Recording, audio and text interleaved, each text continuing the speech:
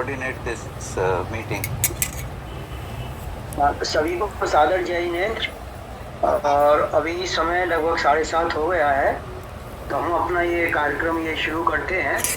तो जैसा कि आपको मालूम है कि लोक की वैज्ञानिकता किस तरह से सिद्ध करी जा सकती है, इस पर हम लोगों का काफी मंथन रहा था। जब जेएस की स्थापना हुई थी उसके बाद ही महीनों तक इस पर हम डिस्कशन किए हैं। तो उसमें कई लोगों ने काफ़ी अच्छे वो प्रेजेंटेशन दिए थे। उसमें डॉक्टर भंडारी साहब का भी था और कछारा साहब के भी अपने ओपिनियन थे, दूसरे लोगों के भी थे। साथ ही डॉक्टर जीवराज जी साहब का भी एक अपना ओपिनियन था, जिसमें उन्होंने स्टैटिस्टिकल मॉडल प्रेजेंट किया। बाद में उन्होंने कई मुनि महाराजों को भी उनको दिखाया और वो उनको कुछ कन्विंस कर पाए कि हाँ ये अधिक उचित लगता है। तो मैं समझता हूँ कि अपना जो इनका जो आइडिया है उसको हम अगले कोई लगभग 1 घंटे तक सुनेंगे और फिर कोई शंका समाधान हो तो उस पर हम आगे डिस्कशन करेंगे। तो मैं डॉक्टर जीवराज जैन साहब को आमंत्रित करता हूँ और साथ ही निवेदन करता हूँ नवोकार मंत्र के साथ में आप ही मंगलाचरण भी कर लें। डॉक्टर जीवराज साहब। धन्यवाद sir. NaMo Recording in progress. नमो सिद्धांत, नमो आयरियाणम, नमो वैशायणम, नमो लोये सव्व सहुणम, ऐसो पंच नमोकारो सव्व पावनसनो अनंत सव्व सिद्धम वही।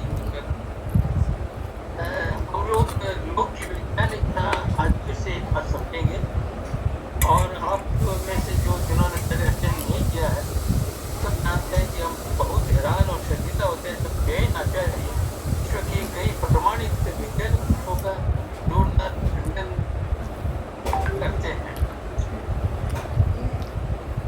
और हमारे दो जो लोग हैं, एक जैन लोग जो हमने चित्र एक में लेफ्ट साइड में दिखाया है और दूसरा हमारा आधुनिक लोग जिसके अंदर में हमने ये कोशिश की है अपने आकाश गंगा को दिखाने की। तो दोनों के आकृति के अंदर बहुत फर्क और जैन लोग को देखने से हमने राइट साइड में फिर से दिखाया। जैन लोग ये लोग अत्यंत ही समझी और ज्यामितीय आकार से प्रस्तुत किया गया है और इसी नीचे का भाग शंकु के आकार का है तथा नरक लोक कहलाता है। मैं हिंदी में ही बोलूँगा क्योंकि कई जो आचार्य जुड़े हैं उन्होंने खास रिक्वेस्ट किया था कि आप इंग्लिश में बोलिए तो हम हिंदी नहीं समझ पाएंगे। तो मैं इसे हिंदी में ही बोलूँगा। किसी को हिंदी शब्द समझ में नहीं आते हैं तो इंग्लिश में जरूर आते। और मध्य लोग ये राइट साइड में दिखाया है दो द्वीप समुद्रों के यूरियों का आकार के संख्य युग में है, पेयर्स है। उन सब के मध्य में जम्बूद्वीप की एक गोल पथरी है जो ये दिखाई दी गई है। और इस पिक्चर के अंदर में लेफ्ट साइड के अंदर में आज एक मॉडर्न एक कॉस्मिक ग्लोब दिखाया गया है। राइट साइड के अंदर में हमारी आकाश गंगा और उसके साथ में हमारे सूर्य के प्लैनेट्स दिखाए हैं। हमारी आकाश गंगा में करीब 200 अरब सूर्य जैसे तारे व्यवस्थित ढंग से बिखरे हुए हैं और ब्रह्मांड में ऐसी करीब 4 अरब आकाश गंगाएं हैं। हमारी सबसे दूर की जो निहारिका है वो यहाँ से करीब 14 अरब प्रकाश वर्ष दूर है। और ब्रह्मांड में हम देखेंगे कि पाकिस्तान जो है एम्प्टी स्पेस उन ब्रह्मांड के पिंडों के आयतन से कई गुना अधिक है। लोक से हमारा दृष्टिगत जो विजिबल यूनिवर्स है वो बिल्कुल मेल नहीं खाता। लोक के अनुसार हमारी पृथ्वी स्थिर और थाली की तरह चपटी है, लेकिन विज्ञान के अनुसार हमारी पृथ्वी अपनी धुरी पर घूमती है और नारंगी की तरह गोल गोल है। नरक लोक हमारी पृथ्वी के एकदम नीचे अवस्थित है और बरस क्षेत्र से भी जुड़ी हुई है। विज्ञान के अनुसार मानव निर्मित हजारों उपग्रह हमारी पृथ्वी के चारों तरफ रात चक्कर लगा रहे हैं, लेकिन ऊपर नीचे कहीं नरक लोक या स्वर्ग लोक दिखाई नहीं देते हैं। वहां तो खाली नीला आकाश ही नजर आता है। और एक जब बरस क्षेत्र में रात होती है उस समय पृथ्वी पर जहाँ दिन होता है वह महाविद्य क्षेत्र होना चाहिए हमारे लोग के हिसाब से, लेकिन आधुनिक जमाने में उस क्षेत्र को अमेरिका कहते हैं लेकिन वहाँ कोई विहरमान जी या तीर्थंकर विचरण नहीं करते। टेक्नोलॉजी से कनेक्टेड जो विसंगतियां नजर आती है वो है कि चंद्रमा पृथ्वी से निकटतम तारे की तुलना में बहुत अधिक दूर है, लेकिन विज्ञान के अनुसार तारे चंद्रमा की तुलना में पृथ्वी से बहुत दूर है। मनुष्य चंद्रमा तक नहीं पहुंच सकता है या वहां अपने उपकरण नहीं भेज सकता है, ये हम लोग के हिसाब से बोलते हैं, लेकिन मानव बहुत पहले ही वहां अपने उपकरण भेज सकता है। दूसरा, ज्योतिष लोक में 10 योजन की पट्टी में सभी सितारे बता दिए गए हैं, जबकि एक एक सितारे का व्यास डायमीटर 2 योजन से भी ज्यादा होता है। पृथ्वी पर दिन 14 घंटे 24 मिनट से अधिक नहीं हो सकता है, जबकि ध्रुव प्रदेशों में 18 से 24 घंटे दिन आसानी से देखे जा सकते हैं। इस प्रकार हम देखते हैं कि जैन लोग की समरूपता बिल्कुल ही असामान्य, अप्राकृतिक और अवास्तविक लगती है और ज्ञात आधुनिक ब्रह्मांड की वास्तविक चित्र की बिल्कुल विपरीत है। एक महत्वपूर्ण तथ्य पर आप ध्यान दीजिएगा कि हम विज्ञान से जानते हैं कि पृथ्वी गोलाकार है और अपनी धुरी पर घूमती है, तो हमें यह भी पूरा यकीन होना चाहिए कि यह तथ्य केवलियों को भी जरूर पता हो। तब विभिन्न प्रश्न उठता है कि क्यों हमारी पृथ्वी को जम्बूद्वीप के भाग के रूप में चपटी तथा स्थिर बताई गई है।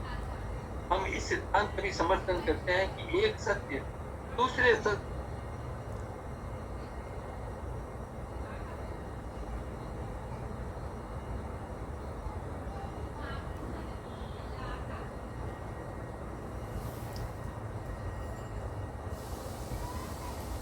कहा गया है, यानी लोक की सामग्री को ऐसे सजावटी चित्र में वर्णित करने के लिए किस पद्धति का उपयोग किया गया है। इसका समाधान पाने के लिए हमें 2-3 चरण के अध्ययन और अनुसंधान करने का प्रोत्साहन मिला। प्रथम चरण में संभावित प्रस्तुति तकनीक को खोजना और इसके द्वारा ब्रह्मांड की सामग्री किस प्रकार प्रस्तुत की गई है उसको जानना। दूसरे चरण में हम वर्तमान विसंगतियों की स्थिति का पता लगाने के लिए कुछ मूल तकनीक से ब्रह्मांड की सामग्री को फिर से समझने का प्रयास करेंगे। इसके लिए शुरू से ही हम इस बात पर जोर दे रहे हैं कि पहले शास्त्रों में प्रयुक्त तकनीक के प्रति आश्वस्त ही नहीं बल्कि पक्के आश्वस्त हो जाए और उसके बाद ही शास्त्रों की व्याख्या शुरू करने के लिए आगे बढ़े। तो ये प्रस्तुतिकरण का जो तरीका है उसको हम थोड़ा सा डिटेल में समझेंगे। भौतिक वस्तुओं की विशेषताओं का वर्णन करने के लिए 2 वैज्ञानिक विधियां उपलब्ध है। एक पारंपरिक हवाई प्रक्षेपण विधि यानी APM है, जहां चीजों को जैसी है वैसी स्थिति में प्रस्तुत किया जाता है, जैसे हवाई जहाज से दिखाई देती है वैसे ही कंटूर वगैरह में प्रस्तुत की जाती है। इसका उपयोग इंजीनियरिंग या भूगोल में किया जाता है, जो वस्तुओं की वास्तविक रूपरेखा और आकार दिखाती है। लेकिन जब वस्तु असंख्य हो, जैसे लोक की सामग्री, और उनकी साइज की तुलना में स्पेस बहुत दूर हो, तो यह विधि पूरी तरह से अपर्याप्त हो जाती है। इस पद्धति से अरबों खरबों ड्राइंग तो तैयार की जा सकती है, लेकिन वो मानव दिमाग के लिए कूड़े के कचरे से ज्यादा कुछ नहीं होगा, सिर्फ भ्रम ही पैदा करेगा। इसलिए बुद्धि और तर्क के अनुसार यदि डेटा बहुत बड़ा है तो उसे एक उद्देश्य के साथ कुछ उपयोगी समूहों में वर्गीकृत और विनियोजित किया जाना चाहिए और फिर उनको समझने योग्य, सार्थक और उपयोगी बनाने के लिए निश्चित आकृतियों में श्रेणी के अनुरूप प्रस्तुत किया जाना चाहिए। It is called statistical method. शोध से पता लगा है कि लोक की संपूर्ण सामग्री को वर्गीकृत किया गया है और फिर उनको विभिन्न समूहों को ज्यामितीय आकार में प्रस्तुत किया गया है। हमें इसे जरा गहराई से और विस्तार से समझना आवश्यक है। लोक की विषय वस्तु के उपयोगी समूह। लोक की सामग्री को 2 व्यापक उपयोगी समूहों में वर्गीकृत और अलग किया गया है, जीव और अजीव, और फिर निम्नलिखित आधार पर इसकी पर्यायों और गतियों के अनुसार उनके उप समूहों में विभाजित किया गया है। दूसरा, सक्रिय अजीव रूपी पदार्थ क्या है? कि इसके लगभग 14 अलग अलग पर्याय होते हैं, जैसे 4 दृश्य अवस्थाएं, जिसको हम जानते हैं ठोस, तरल, गैस और प्लाज्मा अवस्था। मध्य लोक की प्लाज्मा पट्टी के रूप में व्यवस्थित तारों आदि पर पाए जाने वाली सभी प्लाज्मा सामग्री को ज्योतिष लोक के रूप में दर्शाया गया है। 7 अदृश्य भूमिगत मेटास्टेट्स जो दबाव और तापमान पर निर्भर है, उन्हें नारकीय लोक के रूप में व्यवस्थित किया गया है। पूर्व लोक की 3 अदृश्य क्वांटम अवस्थाएं शायद है, जो संभवतः 5th, 6th और 7th स्टेट्स, जैसे बोसॉन आइंस्टाइन कंडेंसेट्स, एफटी condensates and excitations of matter, जो ऊपरी लोक में शायद व्यवस्थित किए गए हैं। ये हमारी एक कल्पना है। ये तत्व इसकी 4 गतियों में विभिन्न अवस्थाएं, जैसे देव, मनुष्य, तिरंज और नरक के प्राणी, ये उपरोक्त प्रकार के अजीब पदार्थों द्वारा समर्थित हैं और लोग मानव केंद्रित होने के कारण उन्हें मध्य लोक के केंद्र में रखा गया है। जैन एकेडमी ऑफ स्कॉलर्स ने क्या अप्रूवल दिया था? इस प्रकार लोक की सभी सामग्री को जीव और अजीव के विभिन्न पर्यायों और गतियों के हिस्टोग्राम के रूप में व्यवस्थित किया गया है। उदाहरण के लिए हम अपनी गैलेक्सी सिस्टम के सभी मानव ग्रहों के भूमि और जल क्षेत्रों को जम्बूद्वीप और लवण सागर की जोड़ी के रूप में व्यवस्थित किया गया है। Yes, Jain academy of scholars के द्वारा आयोजित कई पैनल चर्चाओं में से लास्ट मीटिंग के दौरान 31/7/20 को पैनलिस्टों ने सांख्यिकी मॉडल की परिकल्पना पर गंभीर रूप से परीक्षण और विश्लेषण करने के पश्चात जो निष्कर्ष निकाला वह प्रोफेसर नरेंद्र भंडारी साहब द्वारा तैयार की गई रिपोर्ट के अनुसार इस प्रकार है। Doctor J.R. जैन द्वारा दिए गए मॉडल पर हमारी बहुत अच्छी मीटिंग हुई। इसमें मुनि श्री महेंद्र कुमार जी, स्वामी अभिजीत कुमार जी और स्वामी चैतन्य प्रज्ञा जी उपस्थित थे।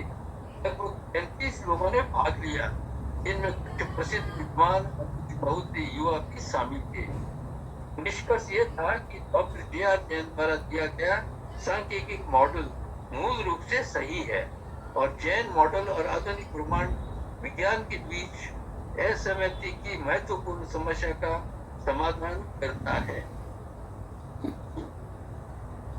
आगे बढ़ते हुए समाज के चारों घटकों के आचार्य और प्रमुख विद्वान संतों ने कई वैज्ञानिकों के सानिध्य में जूम पर मीटिंग में आपस में विचार विमर्श कर 4 सामूहिक निर्णय इस प्रकार दिए।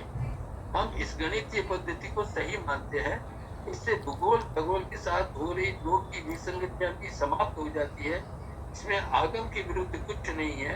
इन निर्णयों को सभी आचार्यों को भेजकर उनकी टिप्पणी भी मंगाई जाए।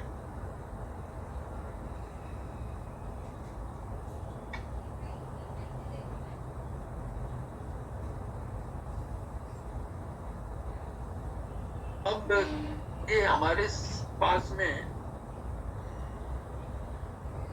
बहुत ही एक सिंपल समाधान हमको मिल गया है।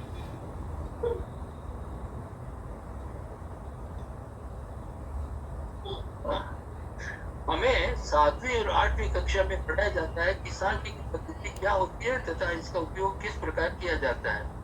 इस प्रकार हम सभी करीब करीब ऐसा से स्टैटिस्टिकल मॉडल से परिचित हैं तथा हम एपीएम यानी एरियल प्रोजेक्शन मेथड की तुलना में इसके केवल विशेष लक्षणों पर चर्चा करेंगे। स्टैटिस्टिकल मॉडल को जानने वाले समझते हैं कि निम्नलिखित 5 भौगोलिक लक्षण जो एपीएम में होते हैं वो वर्गीकरण और एक साथ क्लबिंग के दौरान अपनी पहचान खो देते हैं। इसका मतलब है कि लोग के सांख्यिकी चार्ट में से निम्नलिखित 5 प्रकार की भौगोलिक जानकारी खोजना अनैतिक और गलत होता है। वो क्या क्या है कि किन्हीं 2 क्षेत्रों के बीच की पारस्परिक दूरियां, इनका जो बीच में म्यूचुअल डिस्टेंस रहता है वो भौगोलिक दूरी नहीं होती है। भौगोलिक वस्तुओं का आकार और रूपरेखा ये हमारा स्टैटिस्टिकल मेथड में नहीं मिलेगी। किसी भी क्षेत्र की गति घूर्णन की सापेक्षा आदि ये भी नहीं मिलेगी।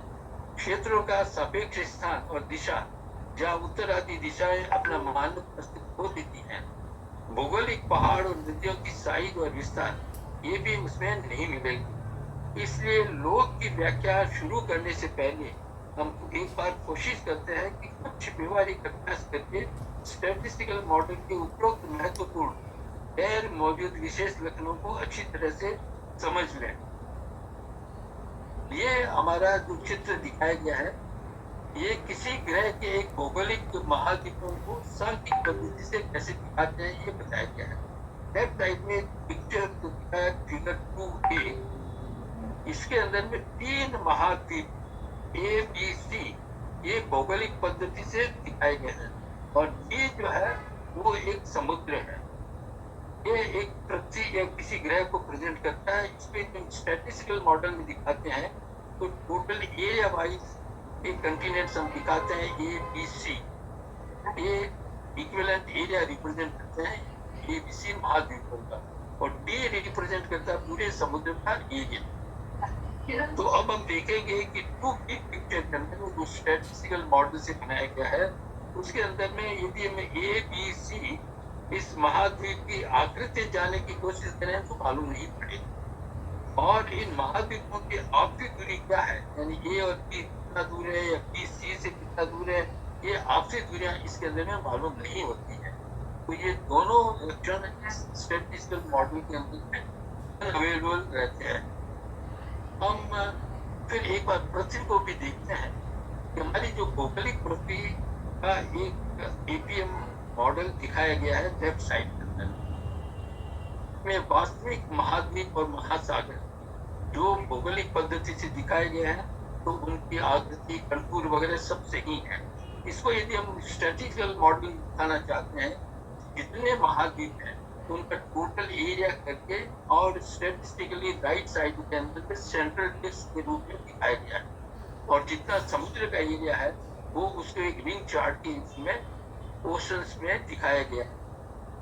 ये चित्र 2 का जो है ये एक रिंग चार्ट है। इससे स्पष्ट रूप से ये अनुमान लगाया जा सकता है कि जम्बूद्वीप के हिस्टोग्राम में आकाशगंगा के मानव ग्रहों के सदस्यों का केवल भूमि क्षेत्र ही शामिल है। जो जम्बूद्वीप है वो केवल भूमि का क्षेत्र दिखाते हैं, और लवण समुद्र जो है वो इन महाद्वीपों पर कितना पानी है वो दिखाते हैं। इसको हमने पिक्टोरियली यहाँ दिखाया है। राइट साइड के अंदर में हमारे 1, 2, 3 ग्रह दिखाई दे रहे हैं। इनको यदि हमको कंबाइंड स्टैटिस्टिकली दिखाना है तो तीनों का जो लैंड एरिया है सेंट्रल डिस्क के अंदर में जो दिखाया गया है, उसको हम एक हिस्टोग्राम की तरह लेफ्ट साइड में दिखाते हैं, और जितना समुद्र का एरिया है वो उसके एक रिंग के रूप के अंदर में इसी एरिया के जम्बूद्वीप के एरिया के चारों तरफ दिखाए जा सकते हैं। अब इसके अंदर में कौन से तथ्य जो है अनअवेलेबल है, वो है कि किसी भी क्षेत्र की गति या घूर्णन की सापेक्षा, यानी हमने 3 जो ग्रह दिखाए हैं स्टैटिस्टिकली, वो किस डायरेक्शन में रोटेट करते हैं या रोटेट करते हैं या नहीं करते हैं, ये इस इंफॉर्मेशन इस हिस्टोग्राम से नहीं मिलेगी। उसी प्रकार इन ग्रहों की स्थिति, यानी ये एक दूसरे से किस डायरेक्शन में है, ये इस हिस्टोग्राम के अंदर में इनका जो रिलेटिव डायरेक्शन है वो नहीं समझ में आएगा। अब हम पहाड़ों को और नदियों को कैसे दिखाते हैं? लेफ्ट साइड का जो फिगर है वो सपोज एक महाद्वीप है जिसके अंदर में ये ब्लैक टाइप के जो पहाड़ दिखाए गए हैं और ग्रीन टाइप की नदियां दिखाई गई। ये बिल्कुल ऊपर से डिक्टिव मेथड से दिखाया है। इसको ये तो स्टैटिस्टिकल मेथड में दिखाना चाहता है कि टोटल एरिया है वो माउंटेन के रूप में स्टैटिस्टिकली दिखाया गया है, और जितनी नदियां हैं वो 2 लेफ्ट साइड में और राइट साइड में 2 नदियां जो समुद्र की तरफ जाती है वो इसी प्रकार दिखाई जाती है।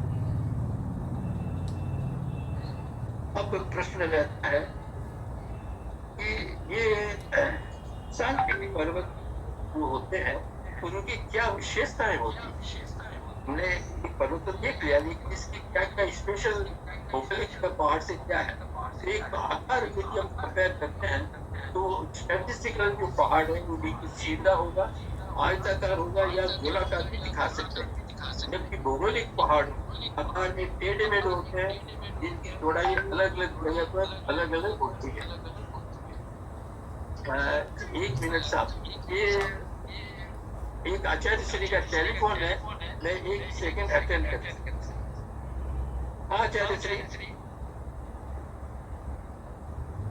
आवाज नहीं आ रही है?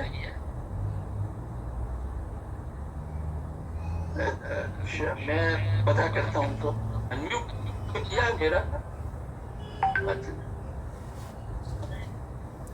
आवाज नहीं आ रही है, मैं पता करके बताता हूँ। क्या आवाज आ रही है साहब? चालू रखिए। आवाज आ रही है ना आपको साहब अनिल जी? जी जी।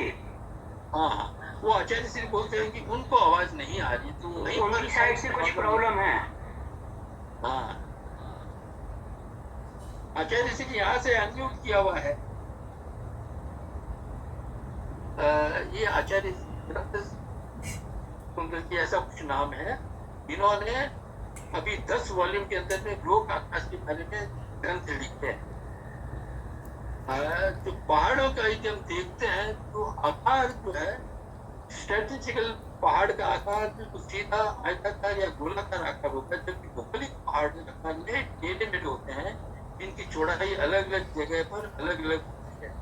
इनकी भुजाएं साइड्स जो है वो ज्यामितीय, जो हमारे स्ट्रेटेजिकल पहाड़ है उसके साइड्स भी बिल्कुल ज्योमेट्रिक रूप में होगी, सपाट होगी, चिकनी होगी, और शीर्ष क्षेत्र जो टॉप पोर्शन है वो चौड़ा एकदम से दिखाई देगा, और स्टेप्स भी दिखाए जा सकते हैं यदि सब जगह हाइट्स अलग अलग होती है। कुछ इसके अंदर कोई घाटियां नहीं होती है, कोई वैलीज नहीं होती है, जबकि भौगोलिक पहाड़ के आकार ये अनियमित रूप से होते हैं, और जो अनियमित चौड़ाई में भी होते हैं, दिशाओं में भी होते हैं, चोटियों और घाटियों का निर्माण करते हैं। चोटी किस प्रकार की? चोटी के रूप में सपाट, चिकनी, आयताकार सतह होती है। भौगोलिक पहाड़ की ज्यादातर नुकीले आकार की चोटियां होती है। इसकी खास विशेषता इस प्रकार वर्णित है: सपाट सतह, सीधी खड़ी दीवारों की तरह, बिना किसी धूल, गंदगी, कंकड़ आदि के बिना पूरी तरह से सादे, पॉलिश और चिकने सपाट सतहों के साथ में होता है। ऐसा अपने लोक के अंदर में वर्णन किया है इन पहाड़ों का। इसकी ज्यामितीय आकृति को बड़े गर्व के साथ स्थान देकर के बताया जाता है कि ये गले में हार के रूप में पहने लायक है। ऐसा बेताड़ी पर्वत के वर्णन में आता है।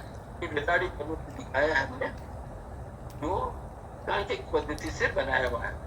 ऊपर में संस्कृत है, प्राकृत भाषा में श्लोक है, जिसका मतलब है कि ये संपूर्णतः रजत में है, स्वच्छ है, चिकना है, सब है, तरह सा वैसा है, रंग मेल गंगल और कंकड़ रहित है। ये आभा, कांति, उद्योग, ज्योति वाला है। चित्र में हर्षोत्पादक, दर्शनीय, सुंदर और आकर्षक है। तो हमारे राइट साइड में जो भौगोलिक पहाड़ है वो इस प्रकार के नहीं है। इस प्रकार उपरोक्त में दिए गए सांख्यिक पर्वत के लक्षणों से स्पष्ट ज्ञात होता है कि बेताड़ी पर्वत एक सांख्यिक पर्वत है, जो एक चिकनी और सपाट स्लेट के आकार में दर्शाया गया है। तो हिमालय जैसा भौगोलिक पर्वत नहीं है। इस प्रकार नदियां भी जो है, तो गंगा सिंधु नदियों के पहाड़ की चौड़ाई उद्गम स्थान पर 80 किलोमीटर से भी ज्यादा बताई गई है। उद्गम स्थान जहाँ से ओरिजिन होता है, जो बढ़ते बढ़ते 800 किलोमीटर चौड़ी हो जाती है। इससे स्पष्ट है कि भौगोलिक नदी नहीं होकर सांख्यिक नदी होगी। कोई भी भौगोलिक नदी उद्गम स्थान पर इतनी चौड़ी नहीं हो सकती। अन्यथा प्रश्न उठेगा कि भौगोलिक गंगा सिंधु से जो बहुत बड़ी बड़ी नदियां पृथ्वी पर हैं, जैसे अमेजोन, नील आदि, तो उनको बर्फ क्षेत्र में क्यों नहीं दिखाया गया? और ये राइट साइड में हमने गंगा सिंधु का स्टैटिस्टिकल डायग्राम दिखाया है। अब इस पद्धति को हम ठीक से समझ पाए हैं कि नहीं समझ पाए? हर एक आदमी इसका अपना एक असेसमेंट कर सकता है। स्वयं मूल्यांकन यानी सेल्फ असेसमेंट ये 4-वे टेस्ट है। आप स्टैटिस्टिकल पद्धति को भली भांति समझ गए हैं या नहीं, इसका आप अपना खुद टेस्ट कर सकते हैं। आपसी दुनिया, यदि आप समझ गए हैं कि गणितीय चार्ट के इन्हीं दो क्षेत्रों की आपसी दूरी भौगोलिक दूरी क्यों नहीं कहलाती है, जैसे धातु खंड और जम्मूद्वीप के बरस क्षेत्रों की, ये दोनों में बरस क्षेत्र दिए हुए हैं, उनके आपस की दूरी लवण समुद्र बताते हैं और जो 2 लाख योजन जो हो रहा है, लेकिन इनकी ये भौगोलिक दूरी 2 लाख योजन क्यों नहीं कहलाती? यदि आप ये समझ गए तो समझ लीजिए आपको स्टैटिस्टिकल मॉडल समझ में आ गया है। घूर्णन और स्थिति, आप भली भांति समझते हैं कि बरस क्षेत्र आदि किसी भी क्षेत्र को स्थिर और सपाट बताए जाने का क्या मतलब है? इसका अपने स्वयं के घूर्णन और आकृति से क्यों नहीं कोई संबंध होता है? दिशाएं, हमारी दिशाएं मेरू पर्वत से निकलती हैं। ये दिशाएं क्यों वर्चुअल गणितीय दिशाएं कहलाती है? क्यों ऐरावत क्षेत्र और बरस क्षेत्र के उत्तर दिशा में होना हिस्टोग्राम में मात्र वर्चुअल डायरेक्शन है? सूर्योदय की जो पूर्व दिशा भिन्न प्रकार की ध्रुव दिशा होती है। उपरोक्त टेस्ट करके आप अपनी एसएम की समझ का सही निर्धारण कर सकते हैं। क्या ये विधि लोगों को मालूम थी? ये एक प्रश्न बार बार पूछा जाता है। तो हमें पता है ये पद्धति शास्त्र में वर्णन आता है बाधापति उद्दीकरण का, जैसे आम लोगों के बीच में प्रचलित रही है। इन्होंने अपनी हजारों गायों का प्रबंधन इसी पद्धति की सहायता से किया था। उन्होंने गायों को वर्गीकृत कर दिया, कोई लाल, कोई काली, कोई चितकबरी, और वर्गीकरण करके अलग अलग समूह बना दिए और फिर एक एक वाला सौंप दिया। तो फिर आप वालों के बीच में आपस में कोई लड़ाई झगड़ा नहीं होता था। विभिन्न प्रकार के पुद्गलों और जन्मों की अनंत संख्या को समझाने में इस विधि का व्यापक उपयोग के उदाहरण मिलते हैं। जम्मूद्वीप में भौगोलिक भूमि, पर्वत और नदियों के विवरण का प्रकार एसएम के उपयोग को स्पष्ट रूप से प्रमाणित करते हैं, जो एपीएम से भिन्न है। तुल्यभद्र जी जो हमारे आचार्य हुए हैं, उनके युग के दौरान पृथ्वी के भौगोलिक मानचित्र लगभग आधुनिक मानचित्रों के समान ही थे और जीडी, जंगद्वीप और लोक के मानचित्र के साथ में ही वो उपलब्ध थे। लेकिन उन्होंने कभी नहीं कहा कि भौगोलिक मानचित्र गलत होते हैं, क्योंकि इन दोनों का क्षेत्र भिन्न भिन्न होता है। और जो आशापति लोग थे, यानी जो बिजनेस कम्युनिटी थी, वो इन भू मानचित्रों का अनुसरण करते हुए महासागर की यात्रा करते थे, ऐसा वर्णन आता है, न कि लोग के मानचित्र का फॉलो करके आगे बढ़ते थे। उपरोक्त अभ्यास हो जाने के बाद लोग की सहज एवं दोष रहित पुनर्व्याख्या करना आसान हो। थैंक्स। अभी इसके ऊपर में आपको कोई प्रश्न है तो लेते हैं, नहीं तो फिर हम आगे बढ़ेंगे।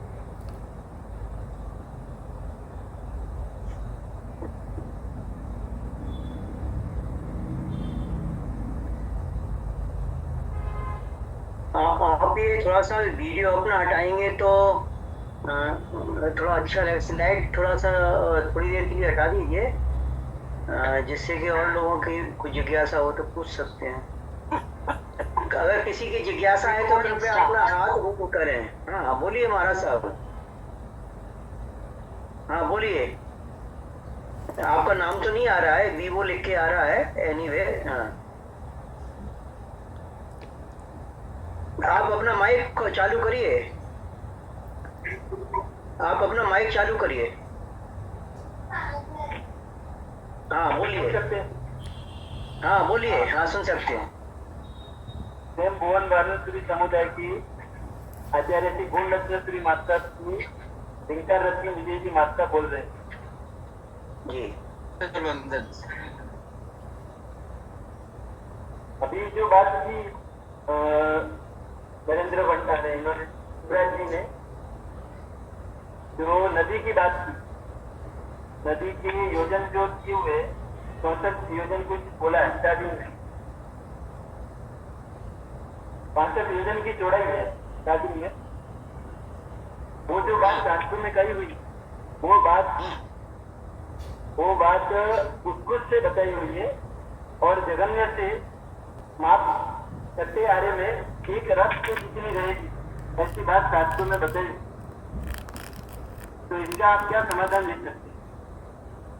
ऐसा है, हमारा जो अभी लोक वर्णन अवेलेबल है वो महावीर स्वामी जी के जमाने का अवेलेबल है, चौथा आरा का एंड दिन है। और सूर्यचंद्र जमाने यानी हमारा 5 आरा शुरू होने में लोक में अपने बरस क्षेत्र की गंगा नदी की चौड़ाई 6.5 योजन को प्रमाण अंगुल से दी, यानी वो करीब 1 किलोमीटर होती है। तो हमारी जो गंगा है वो जब सिकंदर आया था और आज की गंगा के अंदर में बहुत ज्यादा कोई फर्क नहीं हुआ है। हमारा उस समय जो वर्णन आता है कि पौरुष ने, और जब सिकंदर का लड़ाई हुआ तो गंगा नदी सिंधु नदी को कैसे पार किया, तो कोई भी नदी इतनी 1 किलोमीटर चौड़ी उत्तम स्थान पर, और यहाँ हमारे मैदान में आते आते तो करीब 100 किलोमीटर 200 किलोमीटर चौड़ी ऐसी नदी कहीं पर भी देखने को नहीं मिलती। तो छठे आरे के अंदर में लास्ट में जो 72 किल्स होंगे, और उस समय जो नदियाँ सिकुड़ेगी उस समय बारिश वगैरह होना सब बंद हो जाएगा, ये हो जाएगा। तो अभी प्रेजेंट के अंदर में 2000 साल के अंदर में करीब बहुत ज्यादा चेंजेस नहीं हुआ है, ऐसा समझ में आता है। ये चेंजेस 2000 साल का नहीं, असंख्य काल जो आदिनाथ भगवान हुए तीसरे आरे, और ये जो माप बताया उसको पहले आरे से बताया। पहले आरे का जो माप है वो 62 योजन का बताया हुआ है। उसके बाद धीरे धीरे सब चीज हीन होती है, जैसे ये चीज भी हीन हुई और ये नदी की चौड़ाइयाँ घट रही, और 2000 साल में तो कुछ ज्यादा फर्क नहीं पड़ेगा। इसलिए महावीर स्वामी जब थी तो वो तभी उसका वो वर्णन है उसमें छोटी, अभी जो दिख रही है वो गंगा और सिंधु वो मान सकते हैं, कोई एक चीज में तो छोटी नहीं होती। आपने बहुत अच्छा बात किया। अभी जो गंगा सिंधु है उनको हम मान सकते हैं भौगोलिक नदियों को, जो हमारे क्षेत्र में दिखाई दी है, बताई गई है, वो आप भौगोलिक नदियां मानते हैं? यदि ये मानते हैं बहुत बड़ा गड़बड़ हो सकता है। नारायण सूत्र के अंदर में 5 सहायक नदियां दिखाई गई है, गंगा की और सिंधु की। वो वही नदी है भौगोलिक नदियां जो आज प्रेजेंट है। भौगोलिक गंगा और नदी वही नदी है जो भौगोलिक आज प्रेजेंट है। लेकिन ये जो शास्त्र में बरसक क्षेत्र के अंदर में लोक की जो नदी दिखाई गई है वो 6.5 योजन और 65 योजन एंड पर जो दिखाया गया मामला है वो महावीर स्वामी जी के जमाने के अंदर में ऐसा ही था। कहीं ऐसा वर्णन नहीं आता है कि वो चौथे आरे के अंदर में ऐसा नहीं था, चौथे आरे में चेंज हो गया, ऐसा नहीं आता है कहीं पर भी वर्णन। छठे आरे का एक आता है उस समय ये नदियां 700 नदियां की सिकुड़ जाए। 5वें आरे के अंदर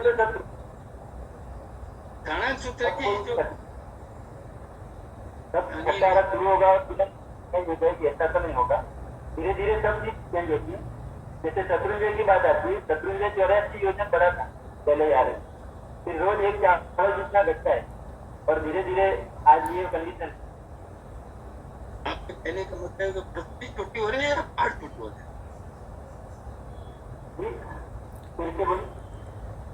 आपका मतलब है पृथ्वी छोटी हो रही है या पहाड़ी छोटी हो रही है? जल आ गया, नगर चक्रवर्ती ने अंदर पानी लाया लवण समुद्र का, वो पानी अभी हमारे आसपास जितना पानी ये है ये हट जाए तो वो भी पृथ्वी भरत क्षेत्र जो माप बताया ओरिजिनल शास्त्रों वो ये भरत क्षेत्र, ऐसा हमारा मानना। जब पानी आ जाए उसके ऊपर ये पानी आ जाए, अभी जो हमारे शास्त्र में जो वर्णन है भरत क्षेत्र का, इसके अंदर में कहीं पर भी पानी आ गया है ऐसा जम्मूती पंडित की सूत्र में और यदि आप लोग भौगोलिक नदियों को ही गंगा नदी मानते हैं तब तो बहुत सारी प्रॉब्लम अपने आप ही सॉल्व हो जाती है। लेकिन फिर जो है भरत क्षेत्र क्यों चपटा है ये प्रॉब्लम रहेगी।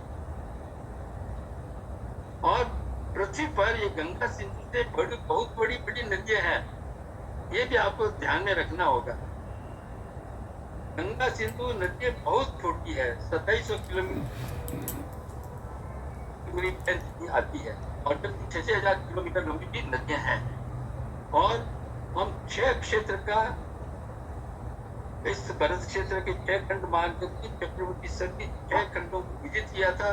तो उन्होंने वो नदियां भी जरूर पार की हो, अमेजोन और नील वगैरह, न कि भरत ये केवल सिंधु और गंगा नदी को पार करने की जो बात आती है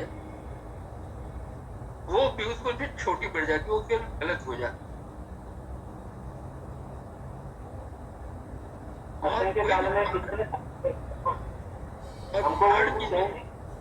हाँ बोलिए सब पहले आप बोलिए, मैं समझा नहीं आपका। पहले आ रहा दूसरा आ रहा, चौथा, पांचवा, छठा, पहले आ रहे से लेकर पांचवा आ रहा, उसमें असंख्य के काल बीत गए। असंख्य के काल में बहुत सारे चेंजेस भौगोलिक हम मान सकते, उसमें बहुत सारे चेंजेस हुए। ये सब जो हमको दिख रहा है वो सब चेंजेस हुए। शास्त्र में जो वर्णन है उत्कृष्ट वर्णन आता है और जघन्य वर्णन आता है हर चीज का। वो चीज अच्छे में अच्छी उत्कृष्ट वर्णन को दिखाई जाए। तो ये जब पहला हमने चिंता होता है तब उसका ये वर्णन होता है।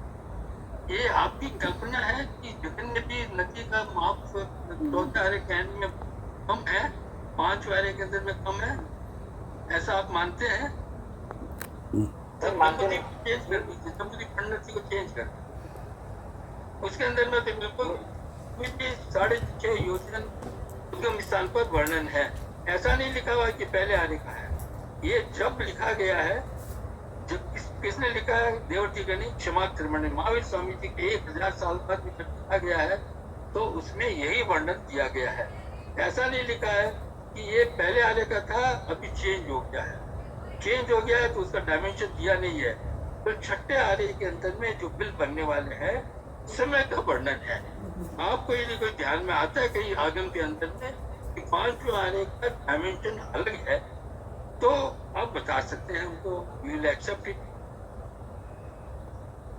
समुद्री प्रज्ञप्ति में जो वर्णन दिया गया है वो आरे के हिसाब से दिया हुआ है पूरा। कौन सा पहले आरे में कैसे लोग होते हैं, क्या होता है इसका वर्णन, और जम्बूद्वीप कैसा होता है इसका वर्णन किया। कौन से आरे में कैसा घटेगा वो नहीं बताया, लेकिन फिर बताया द्रव्य चित्र काल भाव के हिसाब से सब चीज भिन्न होती है।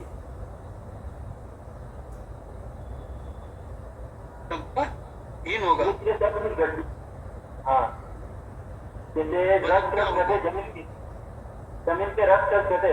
पहले आरे में जो मट्टी थी वो भी शक्कर से भी मीठी थी, अभी जो हमारी शक्कर है उससे भी ज्यादा मीठी उसकी मट्टी पहले आ रही। ठीक बात है, मिट्टी का स्पर्श चेंज हो गया, बट जो वेताड़ी पर्वत दिखाया है, लहरें दिखाई दी हैं, वेताड़ी पर्वत भी अभी भी ऐसा ही चिकना सपाट प्लेस, गले में पहनने हार लायक वो वर्णन अभी भी वो गले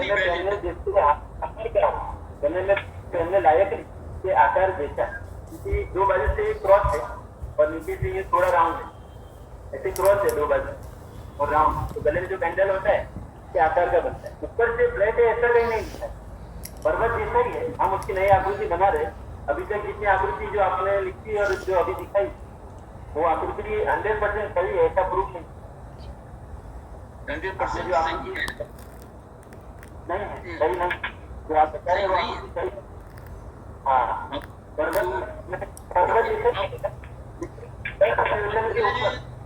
हमने जो आकृति दिखाई है हमारा साहब, वो उसका वर्णन उसके साथ में दिया है। अपने प्राकृत भाषा के अनुसार वर्णन भी दिया हुआ है। अब उसको पढ़ेंगे तो सरफेस मालूम पड़ेगा किस प्रकार का वर्णन इसमें है। इसलिए वो ऐसा नहीं है जैसा पहाड़ भौगोलिक पहाड़ जैसा नहीं है। सरफेस के ऊपर में लिखा हुआ है, बिल्कुल उसकी जो टॉप सरफेस है वो बिल्कुल बफ्ड है, पॉलिश्ड है, ये लिखा हुआ है उसके अंदर। अब देखेंगे उस स्लाइड को देखेंगे, आप देखना चाहेंगे? सर मैं थोड़ा सा एक चीज कहना चाह रहा हूँ कि आप ये दोनों ही एक बार फिर से आप देख लें कि शास्त्र में उत्कृष्ट वाली बात लिखी है या छठे आरा को लेकर के लिखी है। इसको एक बार दोनों ही आप चेक कर लें। एक तो फिर आगे और दूसरे लोग भी कुछ क्वेरी रख रहे हैं, उसके बाद में फिर हम इसको ले लेंगे। लेकिन खाली एक सुझाव मैं देना पूछना चाह रहा हूँ जीवराज साहब, जो नदियों की चौड़ाई की बात कह रहे हैं ना, उसको क्या हम इस तरह से ले सकते हैं कि जिसकी जितनी भी ब्रांच रिवर्स हैं सिंधु नदी की या गंगा नदी की, उन सबों की चौड़ाई को जोड़ करके हम रख सकते हैं क्या स्टैटिस्टिकल मॉडल के हिसाब से? एक ये मेरे जिज्ञासा थी। फिर भंडारी साहब को उसका कुछ क्लैरिफिकेशन और देना चाह रहे थे। आप कुछ कहना चाहें तो कहिए, फिर भंडारी साहब को प्रश्न लेते हैं। आपने जो नदियों की बात है, नदी सब उसके अंदर, सिंधु के अंदर बहुत सारी नदी मिलती है, ऐसा वर्णन तो है, लेकिन सिंधु नदी खुद की चौड़ाई बताई है कि 6.5 योजन उद्गम स्थान पर है, और जहाँ समुद्र में मिलती है वहाँ 65 योजन चौड़ी है। सिंधु नदी और गंगा नदी दोनों ही एक ही चौड़ाई में बताई है। नदियाँ उसके अंदर में बहुत सारे आगे पीछे से जोड़ी होती जाती। आप ठीक बता रहे हैं। अच्छा, भंडारी साहब आप कुछ वो क्लैरिफिकेशन देने के मूड में हैं, बताइए साहब। हाँ, मैं कुछ कमेंट्स करना चाहता हूँ। कई सारे जो बताए गए नक्शे में, अपने जो जैन ग्रंथों के मानचित्रों में जो वेदाद्रि पर्वत है और कितनी तरह की पृथ्वियां हैं, और ये सब तो ऐसे मेथड जो जीवराज जी साहब ने अभी बताया उसी के अनुसार हो सकती हैं। परंतु मेरा अपना विचार है कि अपने ग्रंथों में 3 प्रकार की जो विचार हैं वो मिक्स हो गए हैं। एक तो ज्योतिष इसमें डाल दिया गया है, तो कई चीजें ज्योतिष के हिसाब से बताई गई हैं, और कुछ चीजें धर्म के हिसाब से बताई गई हैं, और कुछ चीजें सही नक्शा जो ईपीएम मेथड है, एरियल प्रोजेक्शन मेथड, उससे बताई गई हैं, और कई चीजें ऐसे मेथड जो अभी जीवराज जी साहब ने बताया उससे बताई गई है। तो हमको क्या करना चाहिए कि ये सब श्लोक बाय श्लोक लेकर के, और कौन सा किसमें फिट बैठता है आधुनिक विज्ञान के संदर्भ में, इनको हमको अलग करना चाहिए। हम ऐसे मेथड से सब एक्सप्लेन नहीं कर सकते, ऐसा मेरा ख्याल है। न ही हम ये कह सकते हैं कि ये सब गलत है, हमको आधुनिक विज्ञान से जोड़ना पड़ेगा। तो ये इसका कई सारे प्रश्न हैं। जम्बू द्वीप कहाँ है, इसका भी बहुत बड़ा प्रश्न है। कुछ लोग बताते हैं मध्यलोक में, कुछ कहते हैं कि पूरा मध्यलोक है, कुछ कहते हैं कि नहीं ये अपनी पृथ्वी है। तो इस पर हमने विचार करके एक लोक का इश्यू प्रेजेंट किया था, वो अंग्रेजी में था, उसको अभी हमने हिंदी में ट्रांसलेट कर दिया है, और वो करीब 1 महीने में उपलब्ध हो जाएगा। तो आप उसको पढ़ें, और उसमें कई चीजें विज्ञान सम्मत हैं, हमको विज्ञान से जोड़ना पड़ेगा। और जैसा कहा कि जम्बू द्वीप कहाँ है, इस पर भगवान महावीर ने 4 उपमाएं दी हैं कि एक कोहे की तरह है, एक रथ के चक्र की तरह है, एक कमल के पंखुड़ी की तरह है, ऐसे करके। तो 4 क्यों दी है उसका भी हमने विश्लेषण किया है। अगर रथ का पहिया तो चलता है दूरी पे, वो बताने के लिए उन्होंने रथ का वो एग्जाम्पल दिया है कि वो जो चैरियट होता है, रथ का पहिया ऐसे चलता है। अब पोहा कैसे होता है, ये सब उसमें है। तो आप में से जो भी इसमें ज्यादा डीप में जाना चाहें, और हमारे जो 5-6 विद्वानों ने जो विचार रखे हैं वो अब हिंदी में भी उपलब्ध हैं, तो मैं आपसे निवेदन करूंगा कि आप उनको पढ़ें। दूसरा, योजन का है, बहुत कंफ्यूजन है, कई प्रकार के योजन हैं, आप उसको पकड़ के नहीं चल सकते कि 12 किलोमीटर ही है। एक प्रमाण योजन है, एक महायोजन है, एक देव योजन है, एक, तो ये अपने शास्त्रों में टाइम और डिस्टेंस की जो यूनिट्स हैं उसमें बहुत सारा कंफ्यूजन है। तो उसको अपन पकड़ के नहीं बैठ सकते कि इसकी वजह से ये होगा।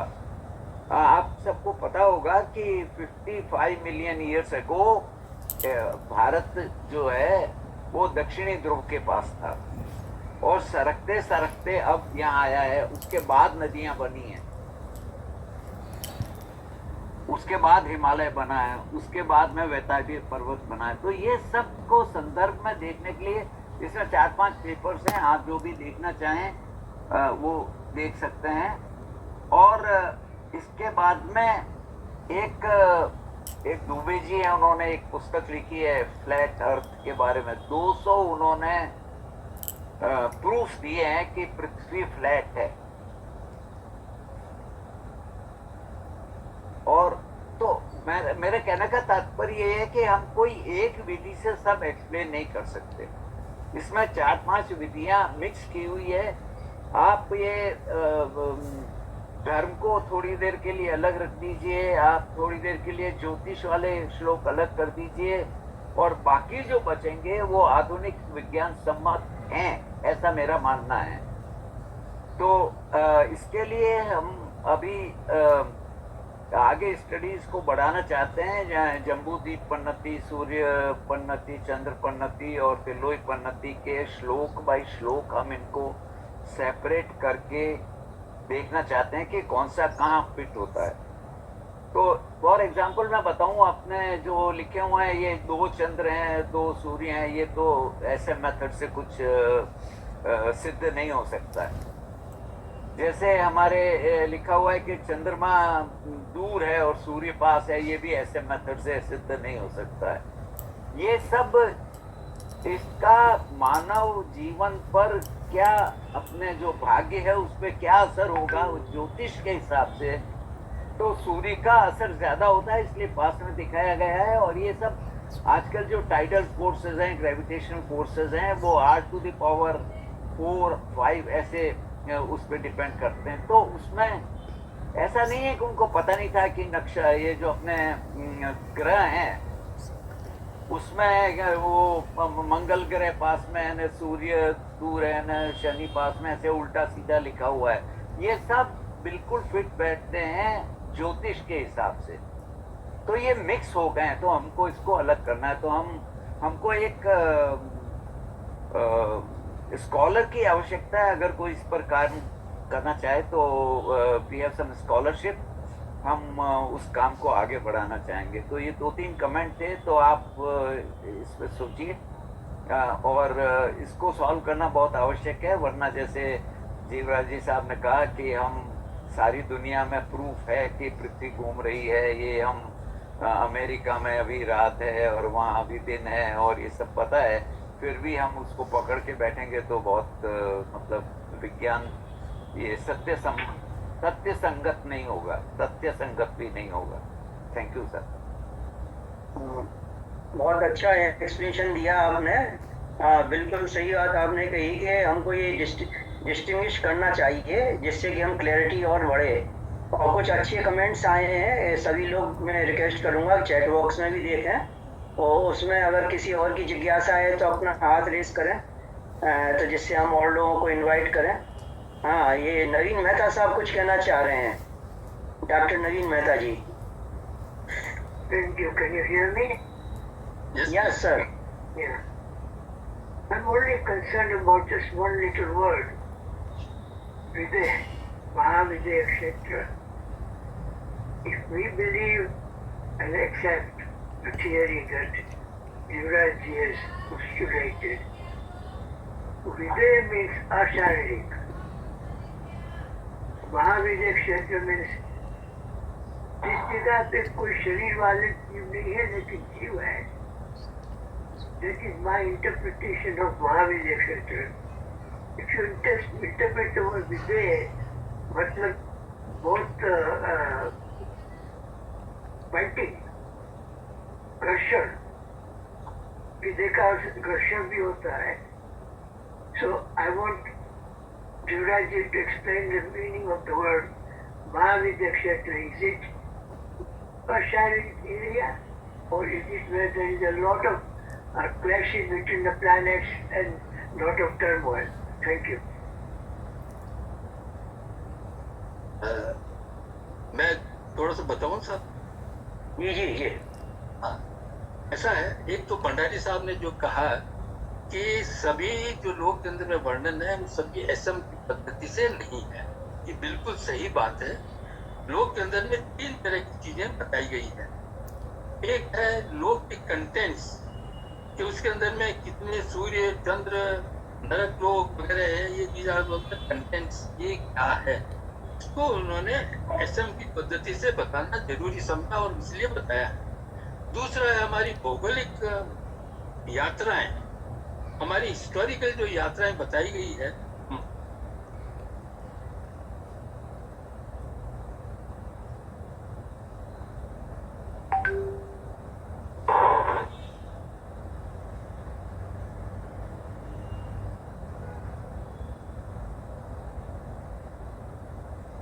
जीराव साहब आपका डिस्कनेक्ट हो गया लगता है इंटरनेट से।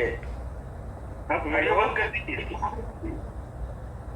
वीडियो बंद करके बोलिए तो वो हो जाएगा। शायद आवाज नहीं पहुंच रही है उन तक। जीराव साहब आवाज आ रही है? नहीं तो नहीं, उनका इंटरनेट कनेक्शन ही मतलब डिस्कनेक्ट हो गया। चलिए भंडारी सर आप कुछ आंसर दे पाएंगे? कुछ लोगों के और क्वेरी हो तो हाथ रेज कर सकते हैं।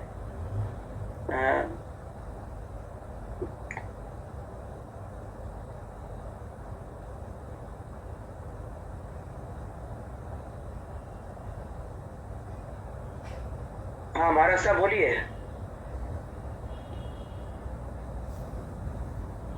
एक और प्रश्न है, बोलिए महाराज साहब बोलिए। सांकेतिक पद्धति बनाएंगे? हाँ सुनाई दे रहा है। हाँ, एक प्रश्न और था, उसमें जो बताया सांकेतिक पद्धति,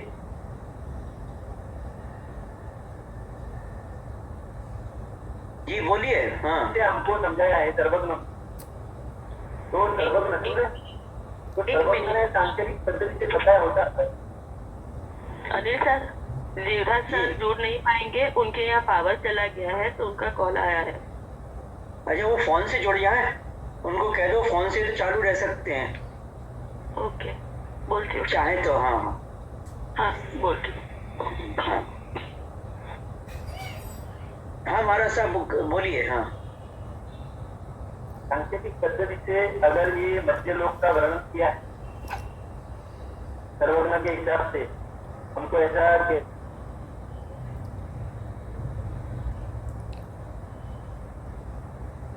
कहा जा रहा है अब्दुल्ला की जिनका जो बता रहे हैं सांकेतिक पद्धति, उसमें ये प्रश्न होता है सांकेतिक पद्धति से अगर बताया हो एक गैलेक्सी का पूरी, एक गैलेक्सी का पूरा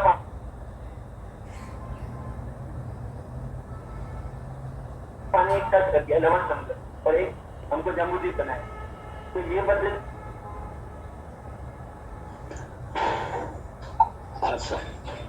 महाराज साहब हाँ जीवराज साहब फिर से जुड़ गए हैं। और महाराज साहब आपकी आवाज भी कट रही है। महाराज साहब आपकी आवाज भी कट रही है। जीव साहब भी आ गए हैं। फिर से जीवराज साहब आप कुछ क्लैरिफाई करना चाह रहे थे उस टाइम, करिए। हाँ सर, तो 3 तरह की चीजें उसमें मिलती है। एक है कंटेंट्स, दूसरा हमारा हिस्टोरिकल इवेंट्स जो हैं वो ज्योग्राफी एपी मेथड से बताई जानी चाहिए, और बताई गई है कई जगह कि महावीर स्वामी जी श्वेतांबरी नगरी से कैसे आगे गए, या सब जो वर्णन मगध क्षेत्र का वगैरह का आता है वो सब भौगोलिक हमारी पृथ्वी पर इवेंट्स हुई है, और उसको हम एपीएम मेथड से ही समझ सकते हैं। इवन भरत चक्रवर्ती की जो पूरी यात्रा 6 खंड के विजय की जो यात्रा है, वो यदि हम हिस्टोरिकली समझ करके और भौगोलिक मेथड से समझेंगे तब तो हमको मालूम पड़ेगा कि उन्होंने अमेरिका, अफ्रीका, ऑस्ट्रेलिया भी विजिट किया था। और यदि हम एसएम के मेथड पर उसको भूगोल की यात्रा को, चक्रवर्ती की यात्रा को बढ़ाएंगे, तब हमारा अमेरिका वगैरह वैसे ही रह जाएगा। We will not be able to find कि उन्होंने अमेरिका जीता या नहीं जीता। ये हिस्टोरिकल इवेंट्स की बात है, इसको एपीएम मेथड से ही दिखाना है। तीसरा है हमारा ज्योतिष लो। भंडारी साहब ने बिल्कुल ठीक कहा कि ये 2 चंद्रमा और 2 सूरज वगैरह दिखाने का पर्पज कुछ अलग था, और ये बाद में इंट्रोड्यूस हुआ है। क्योंकि जितने हमारे ग्रह वगैरह हैं उनका जो प्लाज्मा मटेरियल है वो तो ऑलरेडी हमारा ज्योतिष लोक के अंदर में आ गया है। फिर अलग से चंद्रमा सूरज दिखाने का क्या कारण है? ये केवल फलित ज्योतिष विद्या को प्रैक्टिस में लाने के लिए इन्होंने अलग से रख करके दिखाया है। इनका ज्योतिष देवों से कोई लेना देना नहीं है। ज्योतिष लोग के अंदर में ज्योतिष देव रहते हैं, उनसे इनका कोई लेना देना नहीं है। ये एक एक्स्ट्रा एडिशनल मेथड है जो न तो एपीएम मेथड से है और न स्टैटिकल मेथड से है। ये केवल उनके जो इफेक्ट पड़ता है, ग्रेविटेशनल इफेक्ट हो और भी कोई इफेक्ट पड़ता हो, उनके इफेक्ट के हिसाब से इनका लोकेशन तय किया गया है और उसी हिसाब से इसको दिखाया गया है। तो तीनों ये मेथड और तीनों कंटेंट्स ये हमारी अभी नेक्स्ट जो बुक पब्लिश हुई है उसके अंदर में दिया हुआ है, इंग्लिश की बुक है, उसके अंदर में ये इंक्लूडेड है। और अब इनका डॉक्टर साहब मेहता, नवीन जी मेहता का जो प्रश्न था कि महाविद्य क्षेत्र क्या है, तो हमारा जो एसएम का मॉडल यदि हम फॉलो करते हैं तो जम्बूद्वीप के अंदर में जितने हमारे क्षेत्र हैं इसके अंदर में 40 क्षेत्र आते हैं। 32 महाविद्य क्षेत्र हैं और 2 जो कालचक्र के क्षेत्र हैं, ऐरावत क्षेत्र और भरत क्षेत्र। 32 प्लस 2 34 और 6 क्षेत्र जो हैं वो बीच के हिमवत क्षेत्र, रम्य क्षेत्र, ये जो आते हैं क्षेत्र वो अकर्म भूमि के हैं। ये सभी एक प्लेनेट सिस्टम बनाते हैं। तो ऐसा लगता है कि हमारे जो आकाश गंगा प्लस उसके जो डॉर्फ गैलेक्सीज है जो उसके चक्कर लगाती पूरे सिस्टम के अंदर में, इन पूरे के अंदर में there must be about 40 planets which उनकी जो टोटल मानो 40 प्लैनेट्स जहाँ पर आदमी रहते हैं, human habitat planets, HH planets, उनका जो भूमि का क्षेत्र है, लैंड का एरिया है, वो हमारा जम्बूद्वीप है और उनका जो पानी का क्षेत्र है वो हमारा लवण समुद्र है। उस दृष्टि से यदि हम देखते हैं तो महाविद्य क्षेत्र ऐसा है जहाँ के प्लैनेट्स काफी बड़े बड़े भी हैं और वहाँ पर ऋतुएं नहीं होती है। इसका मतलब है कि उनकी जो पृथ्वी है, उनके जो ग्रह हैं, they are not tilted on their axis, वो हमेशा स्ट्रेट ही एक्सिस पर घूमते हैं। जैसे हमारी पृथ्वी 23.5 डिग्री घूमी हुई है, झुकी हुई है और वो ऑसिलेट करती है। 23.5 से हो सकता है कभी 0 पे आ जाएगी, फिर वापस 9 - 23.5 चली जाएगी। ऐसा करके ऑसिलेशन यदि उसमें होता है तो वैसा कोई ऑसिलेशन महाविद्य क्षेत्र के जो प्लैनेट्स हैं 32, उनके अंदर में ऐसा नहीं होता है। वो हमेशा एक ही ऋतु के हिसाब से चलते हैं। तो इस प्रकार का समझ में आता है कि देयर मस्ट बी 40 प्लैनेट्स। और अभी जो 2021 के अंदर में एक कोई रिपोर्ट आई थी जिसके अंदर में वो डायरेक्ट इक्वेशन से लोगों ने निकाला था, साइंटिस्ट लोगों ने ही, उनकी जो 7 वेरिएबल्स हैं उसकी अप्रोक्सीमेट करके जो वैल्यूज लिखी है उसके हिसाब से उन्होंने पता किया है कि हमारी आकाश गंगा के अंदर में there must be 36 human habitat planets. So there जो फिगर है वो हमारे 40 प्लैनेट से बहुत नज़दीक में है। अब उनके जो वेरिएबल्स हैं they may not be very exact, पर जब और यदि अप्रोक्सीमेट करते करते नज़दीक पहुंच जाएंगे तो हो सकता है they may reach to a figure of 40 जो जम्बूद्वीप के अंदर में क्षेत्र हैं मानो ह्यूमन हैबिटेट प्लैनेट्स, ऐसा समझ में आता है। ठीक साहब, एक मिनट साहब, जरा ये डॉक्टर बिंदु हैं वो भी कुछ कहेंगे, उसके बाद सुदीप जी कहेंगे, फिर आगे का क्वेश्चन लेंगे। डॉक्टर बिंदु प्लीज माइक ऑन करिए। डॉक्टर बिंदु। यस हो गया, ऑन हो गया। मेरी आवाज़ आ रही है? हाँ बोलिए। हाँ जी, हाँ जी, हाँ जी। मैं अभी भंडारी साहब की बात को ही आगे ले जाना चाहूँगी। उन्होंने बोला कि पोल अब पहले दूर था, अब नज़दीक आ गया है। मतलब कि जो पहले जो द्वारिका नगरी और सब जो बाहर थी वो पानी के अंदर उतर गई, और आज के बहुत सारे ऐसे जो द्वीप हैं जो ऐसे कह रहे कि कुछ समय के अंदर वो पानी में डूब सकते हैं। अब उनकी ये बात और जो महात्मा ने बताई कि सागर चक्रवर्ती के समय में जो खाई खोदी गई और लवण का पानी अंदर लाया गया, आप समझ सकते हैं कि ये बहुत बहुत सालों पहले की बात है, जब दूसरे अजीतनाथ भगवान थे तब। तो इतने समय में जो पानी का लेवल अंदर आया और भरत क्षेत्र के बहुत सारे एरिया को उसने कवर किया, और वो भी धीरे धीरे कवरिंग हो रहा है, और जो हमारा साउथ पोल था वो धीरे धीरे कवर होके और नज़दीक आ रहा है। अगर आप इस कंडीशन को देखने जाए और ये सोचे कि जो द्रव्य क्षेत्र काल भाव सबका एक साथ घटना और यही उत्सर्पिणी अवसर्पिणी का प्रकार है, तो आज का साइंस तो ये बात साबित कर रहा है कि किस तरह से ये जो एरिया ज़मीन है वो पानी कवर करके कम होती जा रही है। अब इसी मुद्दे को अगर हम आगे जाएं तो जो 84 योजन पालीताना कह रहे थे, वो भूमि आज तो 3200 पगथिया या 30-35 किलोमीटर ऊंचाई, मतलब उसकी जो भी है बहुत कम हो गई। और ऐसा कहते हैं कि छठा आरा आएगा, मतलब 15-20 हज़ार साल, 18,000 साल ही बाकी है। 18,000 साल ख़त्म होते होते वो मात्र 6 फुट का मंदिर ही रह जाएगा। तो यहाँ भी हमको यही बात, भंडारी साहब की बात आज की साइंस की साबित हो रही है कि जैसे जैसे पानी कवर हो रहा है ऐसे पर्वत भी धीरे धीरे नीचे घट रहे। तो ये जो सारी चीज़ हो रही है, साइंस की दृष्टि से आगम ने कही बात तो 100% साबित हो रही, क्योंकि आज गूगल में भी आप सर्च करोगे आपको ये चीज़ मिलेगी कि प्रत्येक वर्ष में 40 किलोमीटर जितनी ज़मीन पानी कवर कर रहा है। तो अगर हम ये स्ट्रेटेजी से देखें ना, तो जब आदिनाथ भगवान थे तब तो अरबों खरबों वर्ष देखेंगे हम।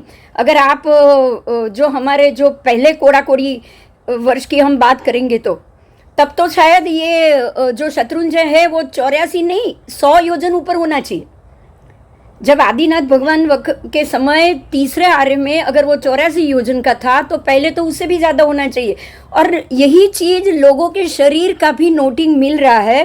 3 गांव की काया आदिनाथ भगवान के वक्त 500 धनुष की हुई, और आज हम आपको ये भी मैं बता दूं 1500 साल पहले की बात है, ज़्यादा दूर की बात नहीं है। आज भी आप वो कुंभलगढ़ जाओगे तो वहाँ आपको वो राणा कुंभा और राणा प्रताप के कपड़े आपको 8 फुट ऊंचाई के मिलेंगे। मतलब ये है कि भगवान की ऊंचाई तो तब जब हम 7 हाथ बोलते हैं ना, तो वो 14 फुट होनी ही चाहिए। और फुट से जब हम उतर के आज 5 फुट पे आ गए हैं, तो आप समझ सकते हैं कि जो द्रव्य क्षेत्र काल भाव घट रहा है, जो आगम में घटित हो रहा है, तो वो द्रव्य तो हो गए हमारा शरीर और क्षेत्र हो गया जमीन। तो यही भरत क्षेत्र को अगर हम घटाकर आज रखें, या जो गंगा नदी है जो 60 योजन थी, आज आप उसको 6 योजन में भी लाके रखें, तो कहाँ ये चीज़ गलत आ रही है, ये मैं ज़रा आपसे समझना चाहूँगी। हाँ जी, राज साहब कुछ कहेंगे? ये जो पानी का बोलते हैं कि पानी लवण समुद्र हमारे भीतर आ गया है, अब इसके भरत क्षेत्र के ऊपर में आ गए तो भरत क्षेत्र का डायमेंशन कम हो गया, ऐसा भरत क्षेत्र में पानी ने जगह ली है। मैं भरत क्षेत्र का डायमेंशन तो घटा ही नहीं रही हूँ। आप समझ सकते हैं कि जब पूर हो जाए, शहर में पानी आ जाए, तो शहर का डायमेंशन तो घटेगा नहीं। पानी शहर की जमीन को रोकेगा। और अब जब जैसे शास्त्र तो कह रहा है आरा बदलेगा, और आपको ये पता होगा सारे नाग कुमार देव तो करोड़ों की संख्या में है लवण समुद्र के। अगर आप जम्बू द्वीप में देखोगे तो कड़छे का आकार होता है उनका, कड़छा चम्मच कैसे होते हैं, और वेलंधर नाग कुमार देव वो सारा पानी कड़छे से जैसे उनके ही शरीर से पूरा उड़ेल के बाहर निकाल देंगे, और वापस वही जो खाई खोदी गई थी उसको भर दिया जाएगा। तभी हमारा पहला जो आरा था वो वापस आएगा। कोई उसमें तो मेरे को कोई कहीं से भी ऐसा नहीं लग रहा है कि ये नहीं हो सकता। मतलब ये है कि जिस कालक्रम से द्रव्य क्षेत्र काल भाव घटने चाहिए उसी कालक्रम से ये घट रहे हैं। और दूसरी एक बात आपका ये प्रश्न था कि 5 नदी और है, शास्त्र में बताई है। प्रोफेसर साहब, शास्त्रों में 5 नदी नहीं, गंगा नदी के 14,000 फाटे बताए, और सिंधु नदी के भी और 14,000 बताए। ये सिर्फ भरत क्षेत्र की बात है। भरत क्षेत्र में 28,000 नदियाँ बताई गई। आप सिर्फ मंदाकिनी और उसकी बात कर रहे हैं, मैं वो 28,000 की बात कर रही हूँ। जब 28,000 नदियों बताइए तो 28,000 के नाम तो लिखे हुए नहीं हो सकते ना। मतलब ये हुआ कि जो आपको मंदाकिनी सब मिल रही है वो गंगा नदी के फांटे ही है, और गंगा नदी का कहाँ से आना कहाँ गिरना ये सब संशोधन है, वो हमको शोधन करना चाहिए। दूसरी एक बात आपने बताई वैताड़ाई पर्वत की बात, जो शास्त्रों में लिखा है वो चिक्कट था, श्लिष्ण था और बिल्कुल सपाट था। तो आपको ये भी पता है कि भरत क्षेत्र को पहले आर्य में सुवर्ण और बहुरत्न की भूमि बताया है। आपको जम्बूद्वीप में ये पाठ मिलेगा। तो जब सुवर्ण और बहुरत्न की भूमि हो तब वैताड़ाई पर्वत अपने आप रजत का हो जाएगा, और बिल्कुल वैसा होगा जो सुवर्ण भूमि के सामने पर्वत होना चाहिए। अब धीरे धीरे आरा बदल रहा है, उसी में लिखा है, स्पष्ट अक्षर से लिखा हुआ है जम्बूद्वीप प्रज्ञप्ति में कि जो भी छठा आरा आएगा भरत क्षेत्र को प्रायः शाश्वत शब्द से मिलेगा आपको भाषांतर में। और उसमें ये नोट किया है कि जो मिट्टी कंकर बन जाएगा, कांटे मिलेंगे, मिट्टी मिलेगी, कंकर मिलेगी, ये सब मिलेगा। तो सीधी बात है कि जब छठे आरे तक कंकर और मिट्टी बन जाएगा, जो रत्न और सुवर्ण की भूमि थी, तो पर्वत कहाँ से रजत का रहेगा साहब? वो भी तो मिट्टी का बनेगा। तो आज जो वैताड़ है, आप जो हिमालयन रेंज देखोगे ना, हार के आकार में आज भी आपको मिलेगा, क्योंकि वैताड़ की 3 शिखर बोले हुए हैं, हमारे में ही 3 श्रृंखला बोली हुई है। आज हिमालय की भी 3 ही श्रृंखला है। और ये कोने से मैं आपको गूगल पर आप सर्च करोगे, बराबर जापान से लेकर यहाँ भारत के हिमालय तक पूर्व के विभाग में 200 पर्वतमाला, सर थोड़े नहीं 200 पर्वत इसी रेंज में है। नॉर्थ 38 डिग्री से लेके नॉर्थ 42 डिग्री तक। तो जब आपको एक ही हार माला के रूप में मिली तो गले का हार ही हो गया। और मेरा खास आग्रह है आप ये सब नोट करो, क्योंकि वही भरत क्षेत्र जो परमात्मा ने बताया है, वही ये भरत क्षेत्र है जो कालक्रम से मिट्टी हो चुका है, जो सुवर्ण कंकर था, और वो द्रव्य क्षेत्र घटते घटते मिट्टी हो चुका है। मुझे आपसे इस मामले में भी जरूर जवाब चाहिए। चलिए ठीक साहब, ओके। तो ये जीवराज साहब इन बात को लेंगे, लेकिन उससे पहले जरा सुदीप जी का और सुन लेते हैं। और इस बीच में सबों को ही रिक्वेस्ट करूंगा, चैट बॉक्स में भी कुछ कमेंट्स आए, उनको भी देखते रहें। सुदीप जी बोलिए, माइक ऑन करिए। हेलो जी, जय हिंद सभी को। जय हिंद साहब बोलिए। जी मैं ये कहना चाहता हूँ कि अगर अपन केवल कर्णानी योग या त्रिलोक प्रणति जैसे ग्रंथ को ही देखें तो केवल वही इसमें विज्ञान और उसमें भेद नहीं है। मतलब पूरे आगम में सभी योगों में भेद है। मतलब कर्णानी योग, पुष्पानी योग, अगर अपन विज्ञान से तुलना करें तो कहीं पे भी सामंजस्य नहीं बैठता है। और जैसे भरत चक्रवर्ती जो उन्होंने 6 खंड जीते थे, तो उसका अगर अपन देखें और शास्त्रों में जो वर्णन मिलता है तो उसमें जो अपनी पृथ्वी है वो केवल आर खंड का ही एक हिस्सा है, ना कि पूरा भरत क्षेत्र है। मतलब कई मेरे विद्वानों से भी इस पर चर्चा हुई है।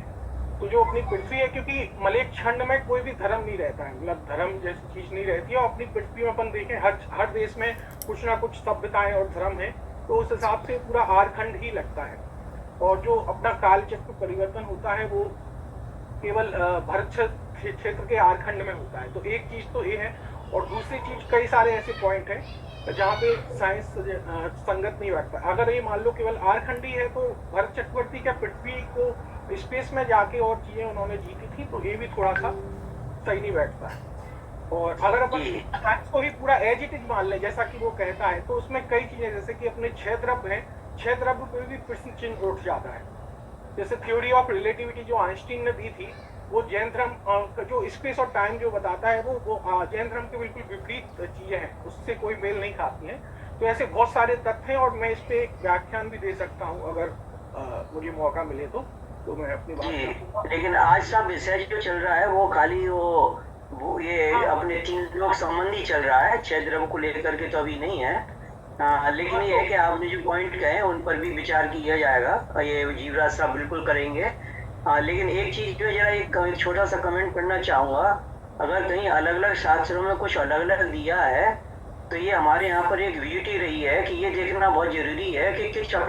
किस अपेक्षा से कौन सी बात कही गई है। इसी को हम अनेकांत की दृष्टि से ही बात करते हैं, हमेशा करते हैं। कभी कहीं पर किस बात को दूसरी तरह से लिखा है और किसको कहीं और तरह से लिखा है, तो हमेशा विचार करना चाहिए ये किस अपेक्षा से और वो किस अपेक्षा से। हमारे यहाँ अपेक्षा पसंद है कई जगह, इसमें कोई दो राय नहीं। कि चारों अनुयोग एक ही बात को सहमत करते हैं, जैसा कि आपने बताया कि जो विज्ञान की सभी बातें सही नहीं हो सकती, और मैंने जैसे कमेंट में भी लिखा है कि विज्ञान प्योर साइंस नहीं है, जैसा अपन मान रहे हैं कि पूरी चीज अगर उसको 100% ले लें, एक तो वो फाइनल चीज नहीं है और दूसरा उसमें भी पॉलिटिक्स रहती है, तो उसको भी अपन को देखना चाहिए। और नहीं, वो आपने कमेंट में भी लिखा, मैंने देख लिया, लेकिन ऐसा जितना भी ठोक बजा करके वैज्ञानिकों ने सिद्ध किया है, ये पृथ्वी के संबंध वो आप उसको कैसा भी मानिए, आज की तारीख में तो लगभग सब लोग उसको ही मानते हैं। ऐसी बात नहीं है, जीवराज भी इसी बात को स्ट्रेस दे। मैं भी एक साइंटिस्ट हूँ, मैंने भी IIT कानपुर से एरोस्पेस इंजीनियरिंग किया है, अभी भी मैं एडवांस MSc फिजिक्स को पढ़ाता हूँ, तो मतलब मेरे भी कई इसमें वो हैं। नहीं, आप ये बड़ा अच्छा रहेगा, आप ये पॉइंट आउट करें कि विज्ञान की कौन सी बातें हैं जो आपको गलत लगती हैं। अगर ऐसी बात है तो आप निकाल करके लाइए, बड़ी अच्छी बात रहेगी है, हम उसको देखेंगे जनरल में उस बारे में क्या कहा गया है। एक मैं चाहता हूँ कि इस चीज में एफर्ट होने चाहिए। जैसे अपन ने मान लिया कि जो आर्ट के घूमने से ही दिन रात होते हैं और अपन वो मान के बैठते हैं, तो इसको बेसिक से आप चेक कीजिए ना, फंडामेंटली जो अपने ग्रंथों में बताया, तो उसको 1 to 1 अगर चीजों को देखा जाए तो अपन इतने असमर्थ नहीं है कि ये सब चीजें चेक ना कर पाए। तो मेरा ये है कि फंडामेंटली सब चीजों पर रिसर्च होनी चाहिए। नहीं, बिल्कुल बिल्कुल, आप ये साथ जुड़े रहिए और आप बड़े काम के अब हम लोगों को सिद्ध होंगे। और जो भी आपको ऐसा लगता है कि या डाउट है विज्ञान में, उनको जरूर आप अगर कुछ नोट बना करके भेज सके हैं, आधा पेज का 1 पेज का, तो और अधिक सुंदर रहेगा। और जीरा साहब कुछ और कमेंट करना चाहें तो कर सकते हैं, फिर आगे के प्रश्न लेंगे। बिंदु जी ने जो प्रश्न उठाए थे कि गंगा और सिंधु के अंदर में हजारों नदियां हैं, ये तो वहाँ लिखा हुआ है, ठीक है, लेकिन आप ठाणा सूत्र के 5वें ठाणा को देखिए। 5वें ठाणा के अंदर में 5 सिंधु नदी की सहायक नदियों का नाम है और 5 ही गंगा नदी की सहायक नदियों का नाम है। यमुना और गंडक, गंगोत्री, ऐसे जो अपने अभी जो है इधर में चेनाब, झेलम वगैरह ये जो नदियां हैं, इनके नाम 5वें ठाणा के अंदर में दिए हुए हैं। ये 5 नदियां सिंधु में मिलती है और वो 5 नदियां गंगा में मिलती है। बाकी की बहुत सारी नदियां मिलती है, बट उनके नाम नहीं, 5 मेजर जो उनकी सहायक नदियां उनके नाम दिए हुए हैं। और ये भौगोलिक नदियां हैं, ये भौगोलिक नदियां हैं। और महावीर स्वामी जी ने श्वेतांबरी नगरी के पास में गंगा नदी को पार किया था, ये भी वर्णन आता है। तो उस समय भी ये जो गंगा नदी है वो उतनी 1 किलोमीटर जो चौड़ी करीब रहती है वही थी। लेकिन उसके अलावा हमारे जो शास्त्र हैं, जो महावीर स्वामी जी के 1000 साल बाद में भी लिखे गए हैं, उसके अंदर में अभी भी ये लिखा हुआ है कि गंगा और सिंधु उद्गम स्थान पर 6.5 योजन चौड़ी है और जाते जाते 65 योजन हो जाएगी समुद्र में मिलते वक्त। और ये जाते जाते छठे आरे के अंदर में जाकर के सिकुड़ करके कम हो जाएगी। अभी सिकुड़ने का कोई कहीं पर वर्णन नहीं है। और दूसरा जो सुदीप ने कहा कि भरत चक्रवर्ती ने क्या विजय किया और क्या नहीं किया, तो भरत चक्रवर्ती ने जो यात्रा की थी उसको हमें भौगोलिक क्षेत्र के हिसाब से देखना है। और भौगोलिक क्षेत्र के हिसाब से शास्त्र के अंदर में जो बाय मिस्टेक प्रोबेबली उन्होंने इस असम के जो क्षेत्र है उसके ऊपर में यात्रा दिखा दी है। यानी उन्होंने वेताड़ी पर्वत को जो पार किया, उसके बाद में भी गंगा नदी आई वेताड़ी पर्वत को क्रॉस करके, और वहां पर भी उन्होंने उतनी चौड़ी नदी को अपने बोट से रत्न से पार किया, चर्म रत्न से बोट बना करके पार किया। बट एक चीज ध्यान रखिए कि ये जो गए हैं, उनका जो सुसेन जो सेनापति था वो ग्रीस गया है, रोम गया है, वहां से लोगों को लेकर के आया, यानी दासी भी वहां से लेकर के आए, उसका वर्णन है। तो इसका मतलब क्या हुआ कि हमारा जो यूरेशिया है उसको उन्होंने भौगोलिक क्षेत्र के हिसाब से आगे क्रॉस करके वहां गए, वहां यात्रा की और वहां पे विजय प्राप्त की है। केवल भरत चक्रवर्ती जो है वो चौथे खंड के अंदर में ही रहे हैं। बाकी तीसरा खंड पांचवा खंड छठ विजिट किया है। भौगोलिक क्षेत्र के अंदर में बिल्कुल फिट बैठता है, और अमेरिका वगैरह को भी कैसे विजिट किया उसका भी वर्णन फिट बैठता है। लेकिन यदि कि आप असम के क्षेत्र में जाएंगे तो भरत चक्रवर्ती यात्रा सफल नहीं होगी। ठीक है सुदीप जी। बिल्कुल साहब, ये अपेक्षाकृत कथन है, तो इसी बात पर हम कह रहे थे कि मतलब किस अपेक्षा से कौन सी बात कही गई है, कहाँ कही गई है। और जैसे भंडारी साहब कह रहे थे कि सब बातें मिक्स हो गई हैं, बाद में जो आचार्यों ने इंटरप्रिटेशन की है उसके अंदर कुछ इस तरह की विसंगतियां क्रिएट हो गई हैं। तो हमको इस तरह से लेकर के चलेंगे तो हम सामंजस्य काफी अच्छे से बैठा सकेंगे। और सुदीप जी, आपसे ये रिक्वेस्ट है कि ये जेएस से भी जुड़े रहिए, आपके अच्छे विचार हैं, आगे भी कुछ उपयोगी सुझाव आपके जरूर मिलेंगे हमको।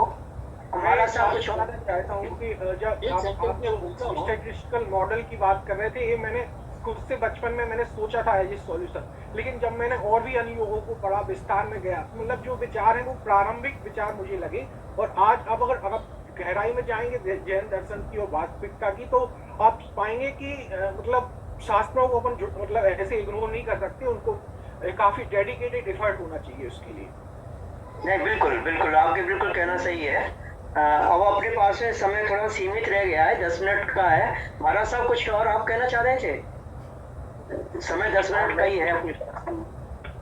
चाह रहा था, ये सांख्यिकी पद्धति जो शिवराज जी ने बताया कि उस हिसाब से सब बैठ रहा है, तो उसमें एक सबसे बड़ा प्रश्न ये रहता है कि अगर सांख्यिकी पद्धति से सब बताया होता तो ये 14 लाख नदियां वो जम्बूद्वीप में क्यों बताते मानव से, वो लवण समुद्र के साथ मिक्स कर देते। कौन सी बात किस अपेक्षा से कहाँ गई है, अलग बात है, तो लैंड के साथ भी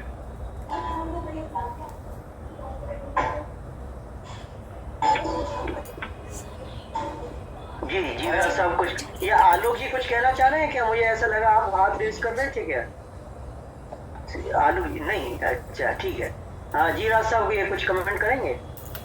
ये जो भरत क्षेत्र और जम्बूद्वीप वगैरह का जो वर्णन है, या लोक का पूरा का जो वर्णन है, इसको 3 पार्ट के अंदर में समझ करके कि भी हमारे कंटेंट्स असम पद्धति से है, और हिस्टोरिकल यात्राएं जो है वो भौगोलिक पद्धति से दिखाई जानी है, और ये जो ज्योतिष शास्त्र है वो ज्योतिष गण और ज्योतिष देव अलग अलग समझ करके हमको इस पर बात करना चाहिए। और ये बात का लेटर एडिशन है, इसका भी कब एडिशन हुआ, ये सब बातें हमारी जो नई किताब है उसके अंदर में ये प्रकाशित हुई है।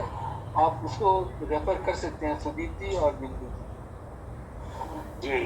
हाँ, तो भंडारी साहब आप कुछ फाइनली कुछ कहना चाहेंगे? अभी इस बीच में जो भी है सब लोग चैट बॉक्स को भी देख लें, कई कमेंट्स आए हैं और उसमें कुछ इंटरेस्टिंग लगे तो कमेंट्स भी कर सकते हैं। भंडारी साहब बोलिए साहब। उदय, ये जरा चैट बॉक्स जरा प्रिंट कर लेना, बाद में देख लेंगे अपन डिटेल में। मैं एक ही बात कहना चाहूँगा कि अगर हमको ये प्रॉब्लम सॉल्व करनी है तो इसको 2 भागों में बांटना पड़ेगा। एक तो कुछ गौण चीजें हैं कि वो कहाँ गया, न वो ऐसा है, न वो ये साइज है, और एक ब्रॉड जो है एग्रीमेंट, ब्रॉड फीचर्स जो हैं। तो पहले हम ये तो बात सही है कि आगम आज के विज्ञान सम्मत नहीं है। अपने जो लोक का वर्णन है, जो जम्बूद्वीप का वर्णन है, उसको हमको बिठाना है, तो उसके लिए हमको इसको सेपरेट करना पड़ेगा कि ये चीजें गौण हैं, ये चीजें मुख्य हैं। अगर हम महाविदेय क्षेत्र को लेकर बैठ गए तो हम कहीं पहुंच नहीं पाएंगे, क्योंकि वो तो सॉल्यूबल ही नहीं है प्रॉब्लम। तो ये धर्म के बारे में अब क्या इसमें जो नक्शे बताए हैं वो बहुत ऑर्नामेंटल भी बताए हुए हैं, कई चीजें सुपरलेटिव बताई गई हैं, वो उसको इतने अच्छी तरह से बताया गया जैसे वो बहुत विलक्षण हो। तो वो सब हम निकाल दें, और जो कुछ चीजें हैं अगर वो विज्ञान सम्मत होती हैं और विज्ञान शास्त्र सम्मत होते हैं, तो मेरा विचार है कि हमारे आगम विज्ञान को भी डायरेक्शन दे सकते हैं आगे बढ़ने में। पर अगर हम इसको पकड़ के बैठ जाएंगे तो हम ये आइसोलेशन में अगर इसको डिस्कस करेंगे तो कोई प्रगति नहीं कर पाएंगे, ऐसा मेरा विचार है। तो इसमें कोई जुड़ना चाहे इस अध्ययन में तो इज वेलकम। JS में वी हैव सम फैसिलिटीज, हम इसको आगे बढ़ाना चाहेंगे जो, और इसको सबको ज्योतिष के हिसाब से, इंडियम के हिसाब से, जैसे जीवराज जी साहब ने कहा कि महावीर स्वामी के समय सबको नक्शे पूरे वर्ल्ड के पता ही थे, सब लोग गए हैं, तो ऐसा तो है नहीं कि उनको मालूम नहीं था। अब ग्रहों का सीक्वेंस अलग है तो क्यों है, वो सब हम सेपरेट करके इसको हम सॉल्व कर सकते हैं, ऐसा मेरा ख्याल है। तो आज का डिस्कशन बहुत अच्छा रहा।